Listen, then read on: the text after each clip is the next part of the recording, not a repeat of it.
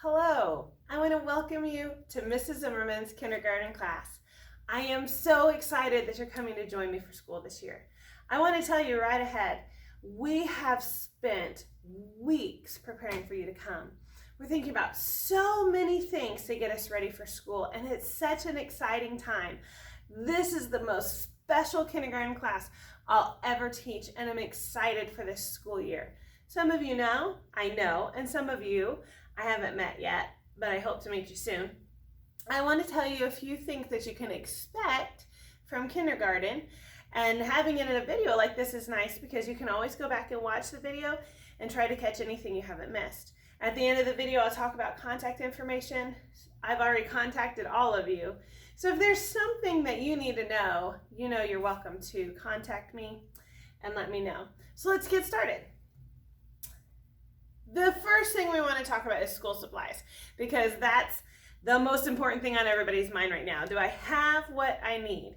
Well, I'm going to show you a few school supplies, and then I'm going to talk about a few of them, and then I'm going to look at the school supply list, and if you have any questions, you can be sure to ask me about it. There is a little correction from the school supply list that was emailed to you. We added a couple things, and we changed a couple of things because there was just a misprint in the school supply section. So for our school supply list, we actually need 2 boxes of Crayola crayons. I personally open the boxes and I put my child's initial on every crayon so that if they drop them, they don't get frustrated trying to figure out which ones are theirs. That's up to you. That's what I like to do as a parent.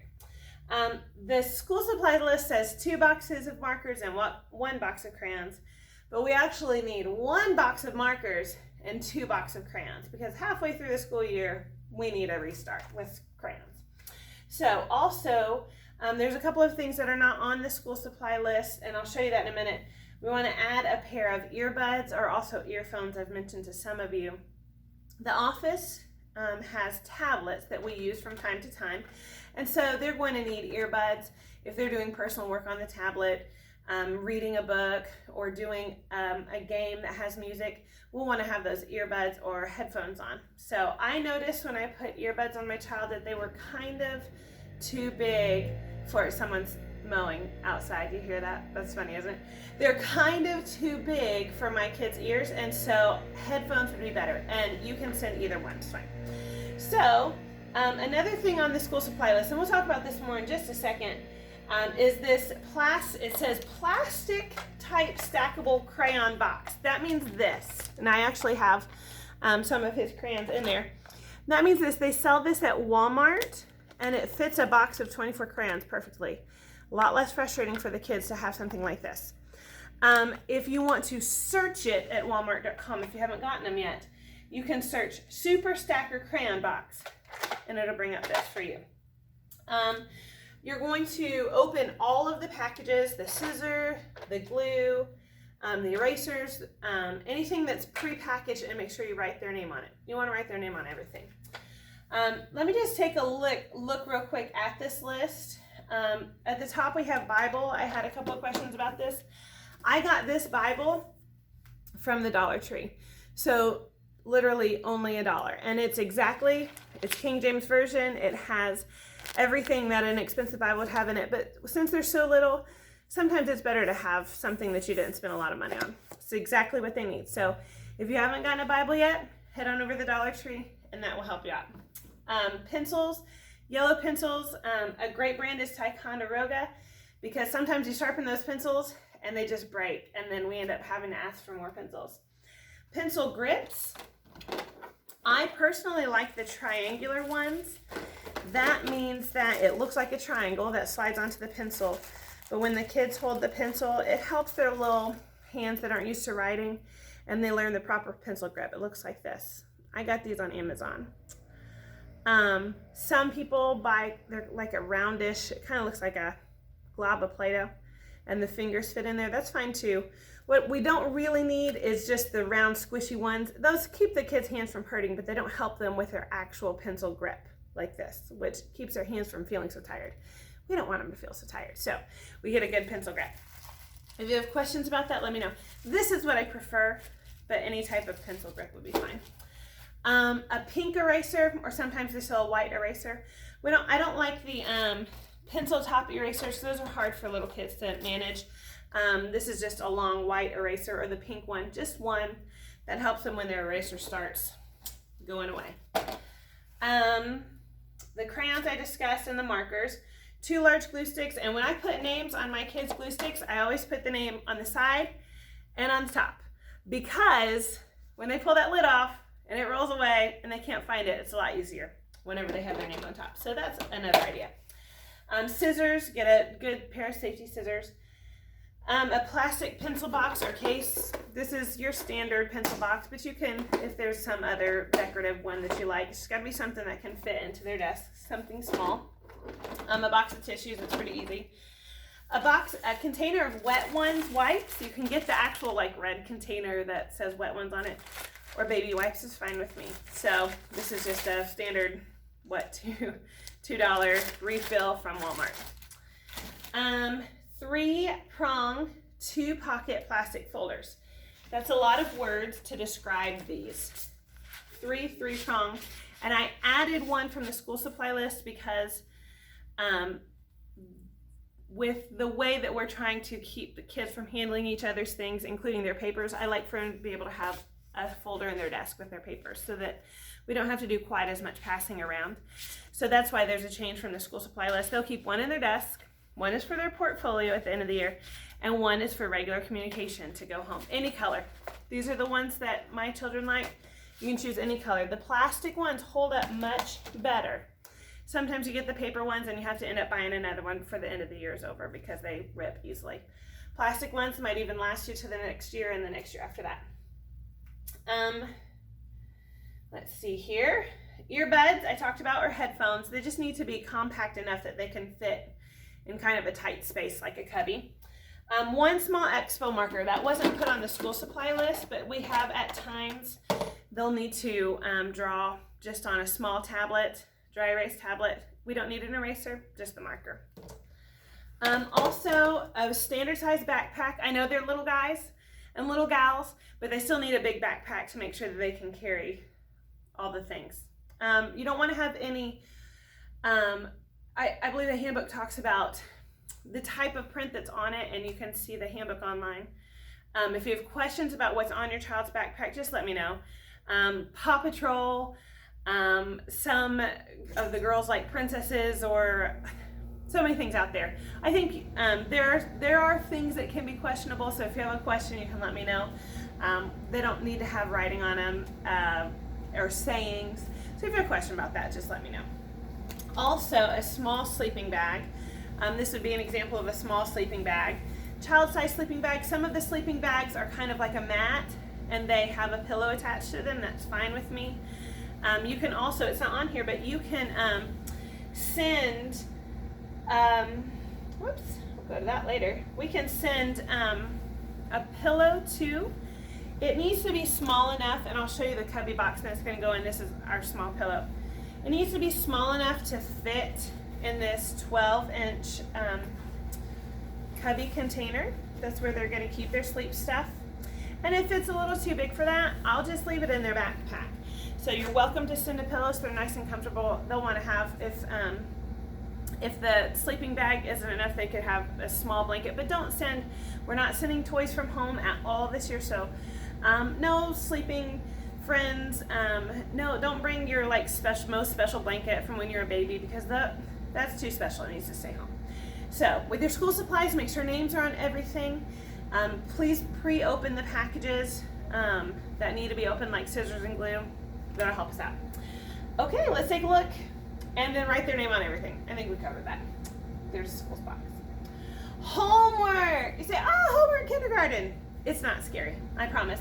Matter of fact, we don't even start homework until after the first month. So after the first month, you can start seeing things coming home in one of the folders that you bought is the homework folder. It's special just for homework. It'll have either a reader to read from, and we start simple, obviously. Maybe a small worksheet, a Bible verse to work on. So those are the kind of things you can look for homework. 2 days a week. It'll usually be Tuesday and Thursday, but that might vary. It's never on Wednesday because I know many people go to church or master clubs or Awanas on Wednesday night. They're usually short reading assignments, Bible review, and occasional worksheets, maybe name writing, something like that. You're going to sign and return the homework each time it's sent home. Behavior, everybody wants to know about behavior. Beginning last year, now if you've had a child in school here, you already know this. In the elementary, we send home what's called a communication report. This would be your child's daily folder. On the inside, you find this communication report here. I'll get a little closer. It looks like this. It has a QR code, which will connect you to Class Dojo.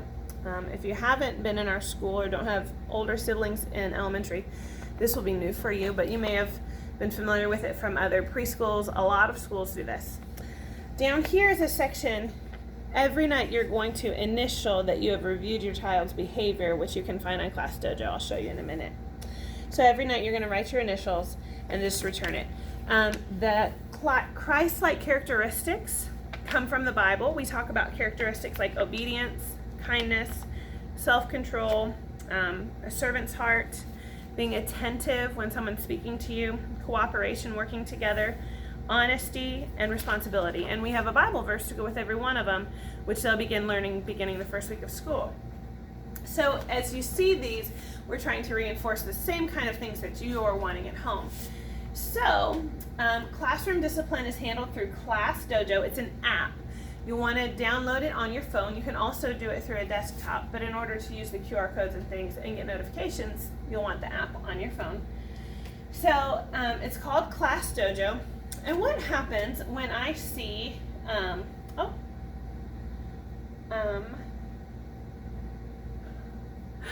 something funny came up. I'll have to do this later.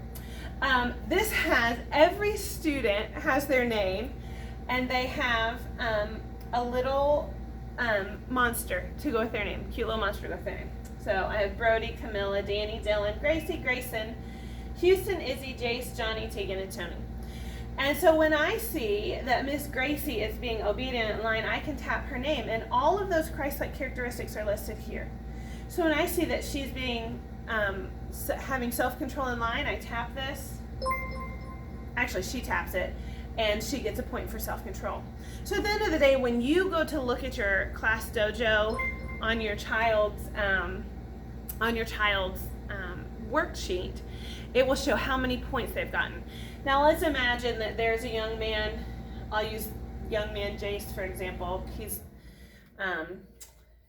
in our class. I don't think his parents will mind if I say this because he's my son.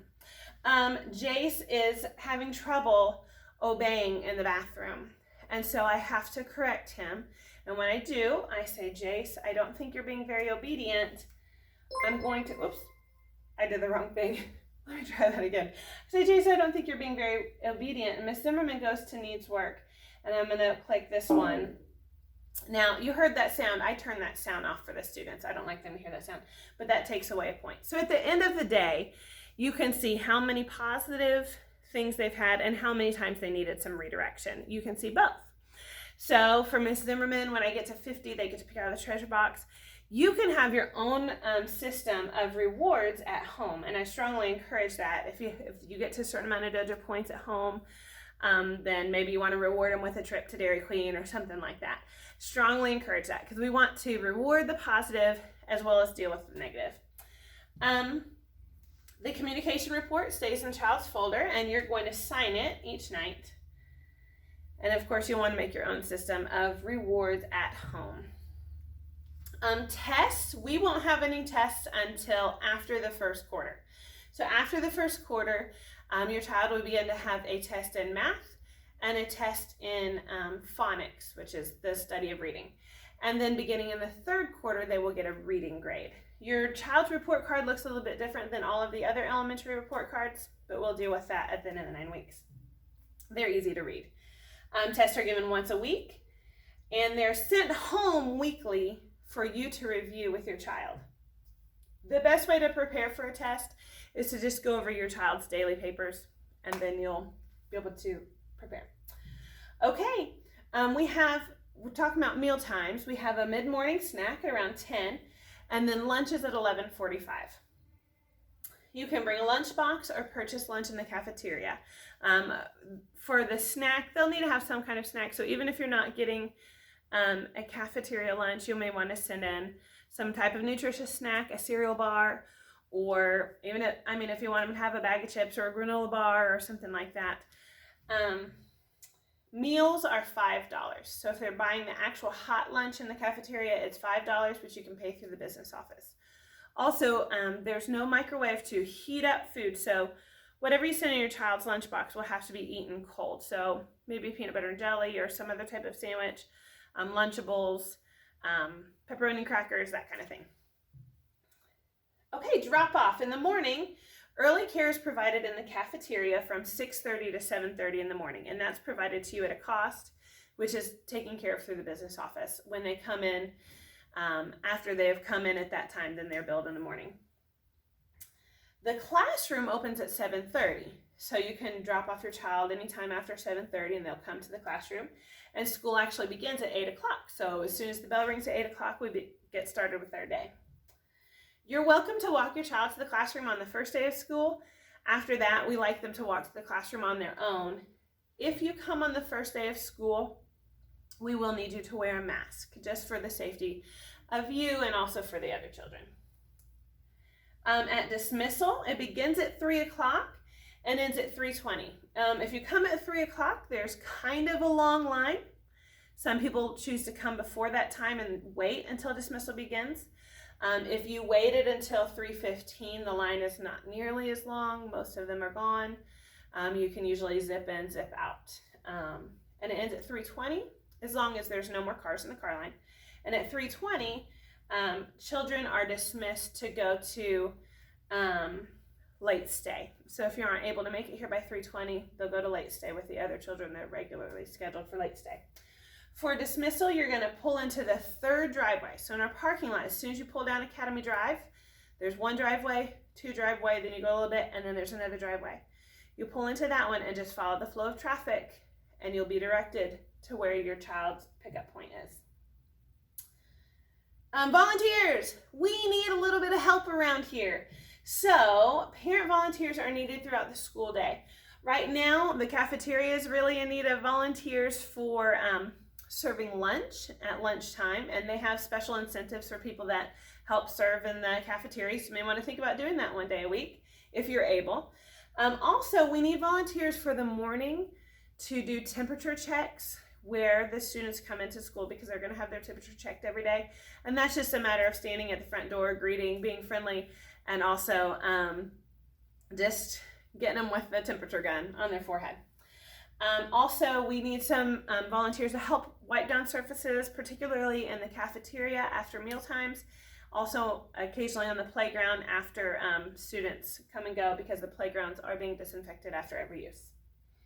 If you're able to help one day or a half day, even once a week, that would be a great help.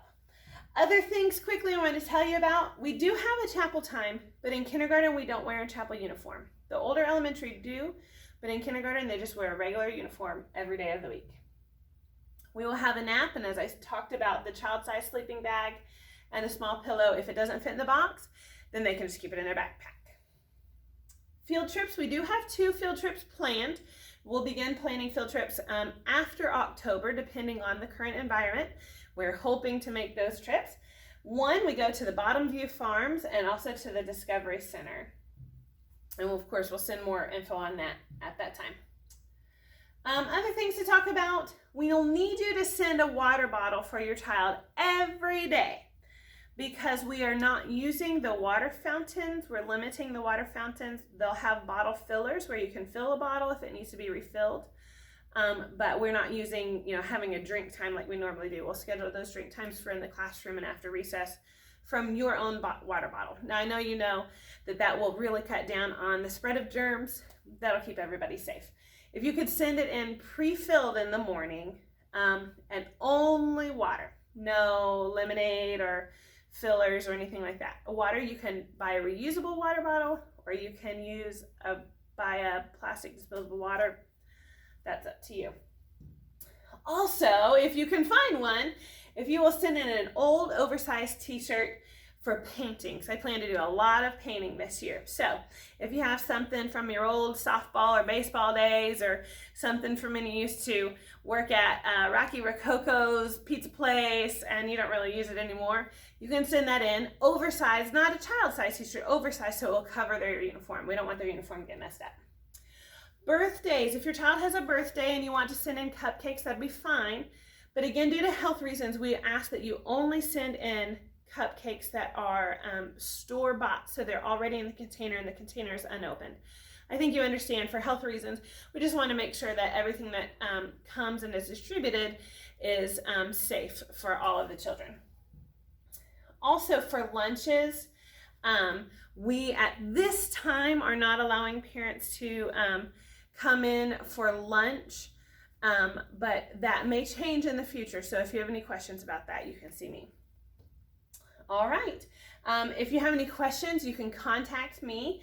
A phone call or a text is acceptable. Please know that if you call late in the evening, I may not be able, or text late in the evening, I may not be able to return that until the next day. And I'll do the same courtesy for you. I will do my best not to contact you, after 7 or 8 at night. You can send me a message through Class Dojo. There's a place on Class Dojo where you can go to send messages, or email. I have 2 email addresses that are on the teacher sheet that you'll get home. You can contact me through either one. During the school day, I'm not always able to return phone calls or texts immediately, so sometimes I have to wait till the end of the day to contact you unless it's an emergency. You can let me know that. So I always like to have open communication with the parents, because I like to know how you're feeling about how things are going, and I like to be able to help you with things, especially if school is new for you or this is your first time having a child in kindergarten. I'm here to help you.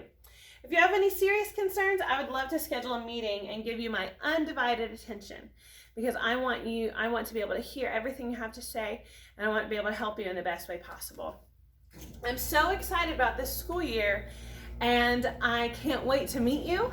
I've been praying for you, and I know that it's going to be a great year. I'll talk to you later.